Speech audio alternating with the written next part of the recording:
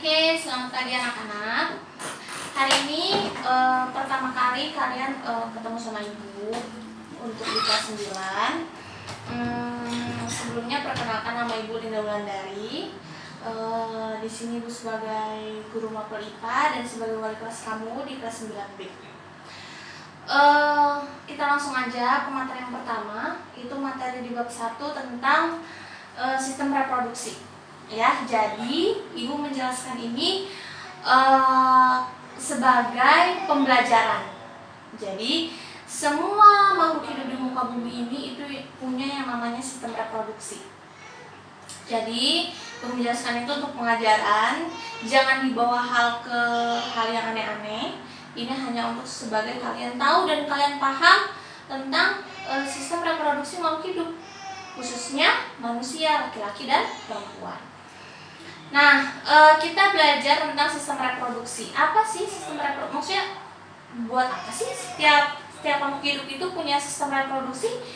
Ya alasannya ya sederhana, ya untuk menghasilkan keturunan. Ya kenapa untuk menghasilkan keturunan? Ya agar makhluk hidupnya nggak punah. Agar makhluk hidupnya nggak punah, makanya Tuhan itu menganugerahkan ke dalam setiap makhluk hidup itu yang namanya sistem reproduksi. Agar apa? Agar menghasilkan keturunan baru, agar generasinya tidak punah gitu.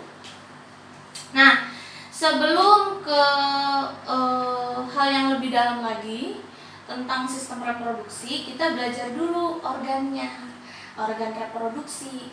Yang di sini kan kita belajar sistem reproduksi manusia, berarti kita belajar tentang organ reproduksi wanita dan pria, perempuan dan laki-laki, ya. Ibu mulai yang perempuan dulu atau yang wanita dulu? Nah, sistem reproduksi, organ reproduksi pada wanita. Langsung aja. Organ reproduksi wanita itu seperti ini gambarnya. Kalau diperbesar gambarnya seperti ini. Ada bagian yang dari paling luar sampai yang paling dalam. Nah, ada apa aja?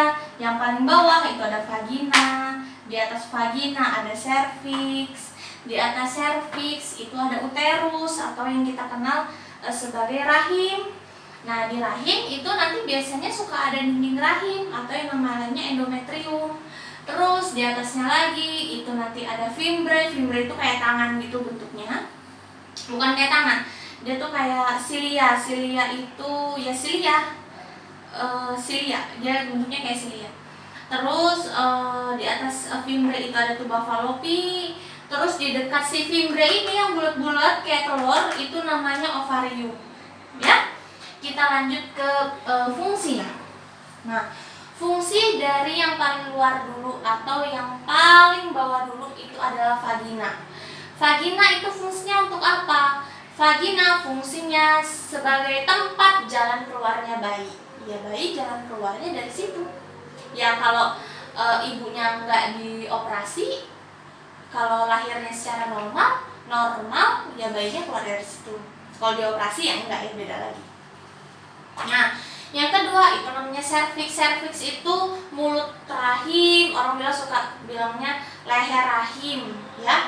Cervix itu adalah saluran penghubung aja sih antara si vagina dan uterus atau rahim.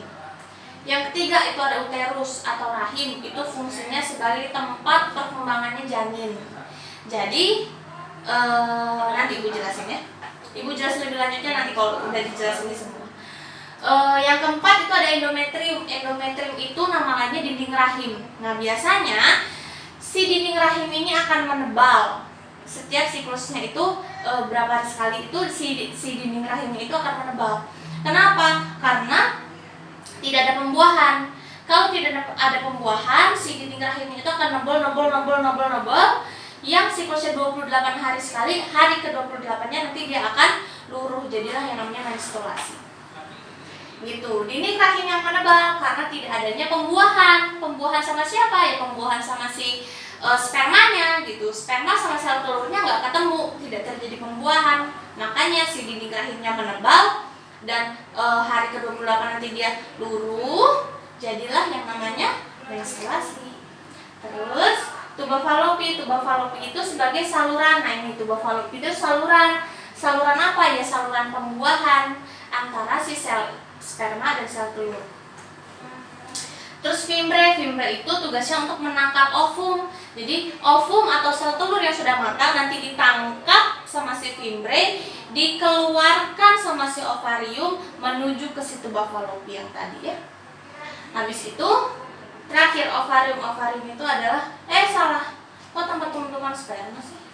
Tempat pembentukan ovum atau sel telur. Nah, nih ya. Nih. Itu aja kalau untuk organ reproduksi wanita itu. Jadi Ibu di sini mau neranginnya hanya bagian-bagian yang krusialnya aja. Misalnya ini kan setiap ovarium itu dia menghasilkan sel telur. Nah, ini sel telur ini misalnya satu sel telur, ini satu sel telur gitu ya. Jadi ada dua misalnya gitu.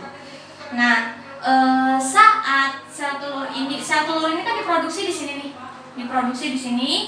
Pas si sel telur ini sudah matang, nanti ditangkap nih, didorong sama si fimbre ini, didorong yang akhirnya si sel telur ini keluar ke sini, set, ke sini. Nah, ke sini jadinya set, ke sini. Nah, dua-duanya keluar di tuba falopi. Dia berhenti dulu di tuba falopi, istirahat dulu, si sel telurnya istirahat. Dia akan menunggu selama 24 jam. Dia akan menunggu selama 24 jam. Jadi kiri kanan sama 24 jam. Jadi bukan ini 24 jam pertama, ini 24 jam kedua, enggak. Jadi dua-duanya tuh nunggu selama 1 hari untuk menunggu si sperma. Ada enggak spermanya datang? Dia nunggu aja dulu di sini. Dia nunggunya tuh jalannya tuh lama, dilama-lamain gitu. Biar ketemu maksudnya sama si spermanya. Nah, ceritanya si spermanya nggak ada nih, nggak nongol nih, nggak ketemu terus sama si sel telurnya. Akhirnya si sel telurnya dia menempel di, nah ini ceritanya belum ada ya, ceritanya belum ada. Dia akan menempel di sini. Nah, dia akan menempel di sini. Si sel telurnya dia akan menempel di uterus, yang mengakibatkan nanti si uterus ini setelah dia nempel, setelah berhari-hari kemudian si uterusnya itu dia menebal. Nah, misalnya ini menebal kayak yang di sini tadi, dia menebal. Jadilah yang namanya dinding rahim. Nah, jadilah yang namanya dinding rahim. Nanti kalau misalkan terus nggak ada kan, si sel telurnya udah nempel nih, akhirnya membuat si uterusnya itu, si rahimnya itu, dia dindingnya itu nebel tuh. Nah, akhirnya si dinding rahim ini, si endometrium ini dia akan meluruh ke sini, jadilah yang namanya menstruasi. Itu ya, itu proses kerja si endometrium. Jadi endometrium itu tadinya tuh rahimnya itu tipis, tapi lama kelamaan kalau misalnya si ovumnya itu tidak dibuahi, nggak ketemu sama si sperma, nah akhirnya si terusnya ibu kalau ngomong, akhirnya uterusnya itu dia akan menebal. Pada saat hari ke-28 uterusnya, dinding rahimnya itu akan meluruh, jadilah yang namanya menstruasi. Oke. Nah, kalian misalnya kalau mau bertanya, Bu, gimana kalau misalnya ada pembuahan? Nah, kalau misalnya ada pembuahan beda lagi. Nih ceritanya ya. Misal, ini sel telurnya udah matang, jalan kan sampai ke tuba falopi. Dia nunggu tuh selama 1 hari. Ternyata datang nih. Nah, datang nih spermanya. Nih, misalnya spermanya warna biru. Set nih. Nah, sperma tuh agak sedikit lonjong ya, dia nggak bulat. Nah, datang nih. Ini sperma tuh banyak ya, jumlahnya kan spermanya banyak. Set. Sampailah ke sini. Set. Nah. Dari berjuta-juta jumlah sperma yang akan membuahi sel telur itu dia cuma satu. Jadi nggak bisa misalnya satu sel telur ada 10 sperma, nggak bisa. Hanya satu sperma yang bisa membuahi sel telur. Nggak bisa banyak sperma dalam satu sel telur, nggak bisa. Cuma satu. Ya, jadi dari berjuta-juta itu sel sperma itu yang akan membuahi sel telur itu cuma satu. Nah, misalnya udah membuahi nih, ini kan dekat nih, ini udah terjadi proses pembuahan nih. Ini udah deketan nih. Ini udah deketan. Akhirnya si lama-kelamaan ininya mati, udah hilang aja gitu, mati. Nah, mati kan? Nanti si sel telur ini nanti dia akan berubah jadi zigot. Dari zigot dia akan jadi embrio. Dia nempel di sini.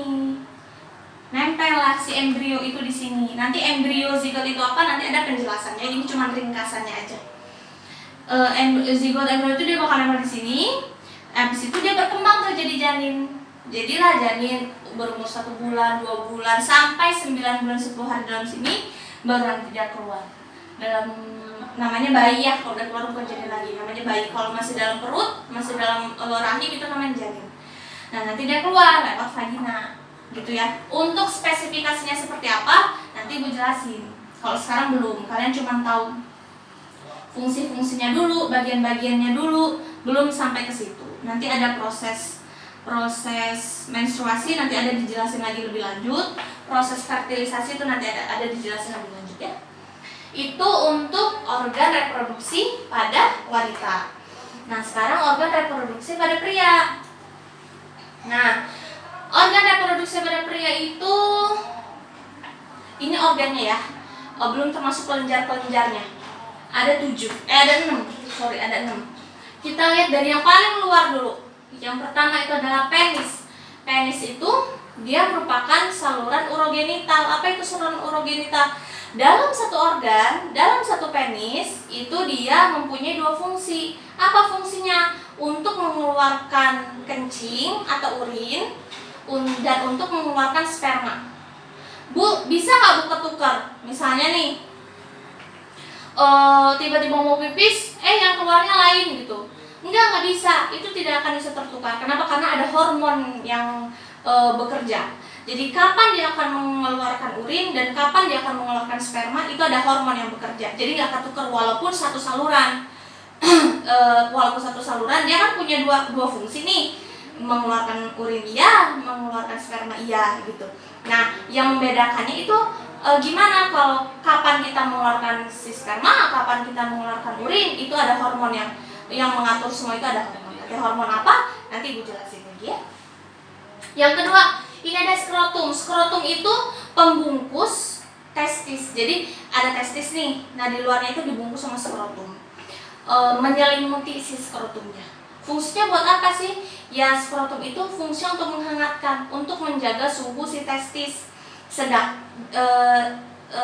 Kenapa dijaga? Kan di dalam testis itu ada spermanya.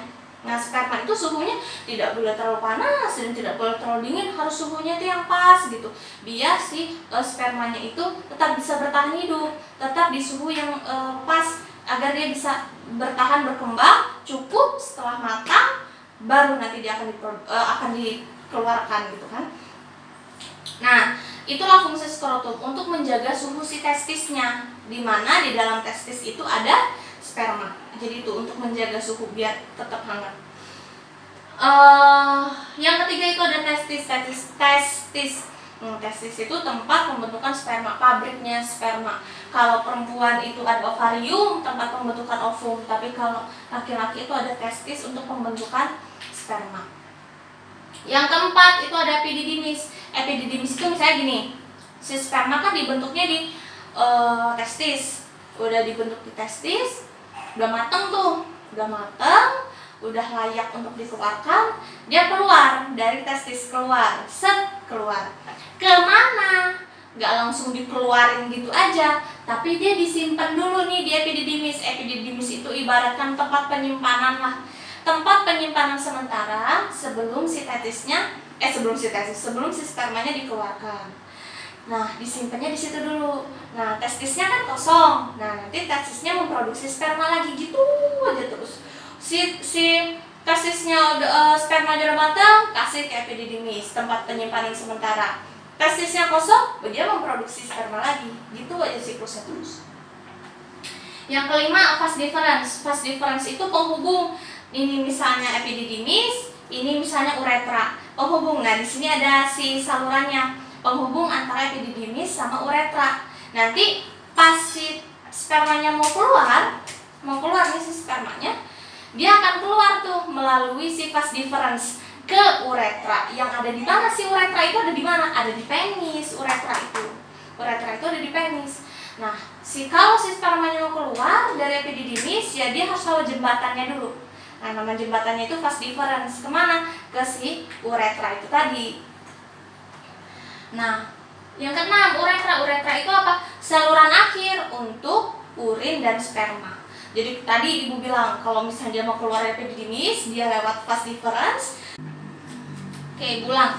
Yang uretra itu saluran terakhir untuk mengeluarkan urin dan sperma. Jadi tadi ya, dia kerjanya lewat jembatan fase difference itu dari epididymis, baru dia ke uretra. Itulah saluran terakhirnya, baru dikeluarin. Gitu. Untuk organ reproduksi cukup sampai di sini. Ya. Untuk masih banyak materi-materi yang lain. Materi-materi yang selanjutnya itu misalnya nanti ada proses pembentukan sperma itu kayak gimana, proses pembentukan si ovum itu seperti apa, terus fertilisasi itu proses seperti apa, detailnya itu apa, hormonnya yang berlaku apa aja, menstruasi hormon yang mempengaruhi apa aja, dan lain-lain, kelainan apa aja yang ada di reproduksi dan lain-lain gitu ya. Nah, nanti itu akan kita bahas. Untuk pertemuan kali ini hanya sampai di sini dulu. Organ reproduksi wanita dan pria. Untuk selanjutnya kita ketemu lagi di pertemuan selanjutnya. Kalau ada yang nggak ngerti harus nanya. Chat di grup, voice note juga boleh. Kalau misalnya kalian bingung ngetiknya kayak gimana, chat di grup juga boleh. Yang penting kalian kalau nggak ngerti harus nanya. Jangan nanya ke mama papamu, karena mama papamu juga bingung. Oke, sampai ketemu di pertemuan selanjutnya. Terima kasih.